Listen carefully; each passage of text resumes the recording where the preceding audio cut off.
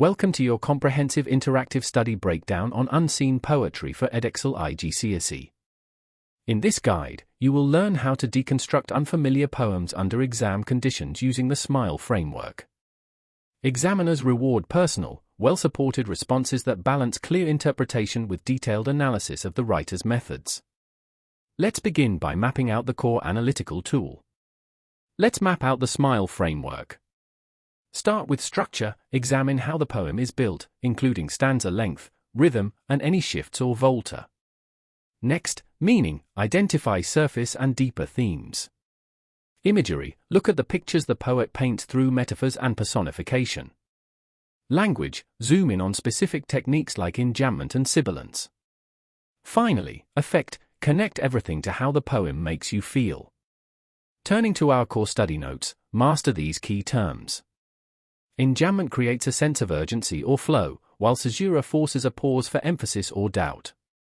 The volta marks a crucial turn in the poem's development. A semantic field builds consistent mood, and sibilance can suggest either threat or softness. Always explain why the poet uses them. When faced with an unseen poem, follow this process. First, read the poem twice, once for initial reaction, then for detail. Annotate using SMILE, underline structural changes, circle striking images, and note personal reactions. Plan your essay by dedicating a paragraph to each element of SMILE, always integrating quotations. Finally, write, ensuring you balance your personal interpretation with analysis of the poet's methods. Let's work through a sample analysis. Consider an opening line, leave silently scatter, branches bare and broken. This uses free verse and enjambment to mimic falling leaves. The sibilance in a silently scatter creates a hushed, mournful tone.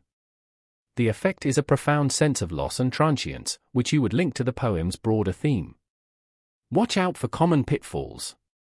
The biggest mistake is simply spotting a technique without explaining why the poet used it.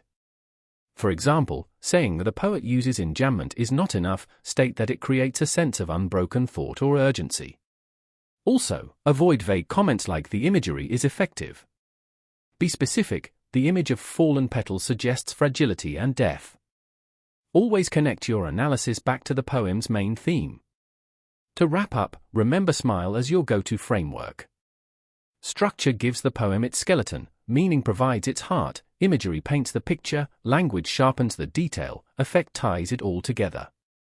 Above all, explain the function of every technique you identify.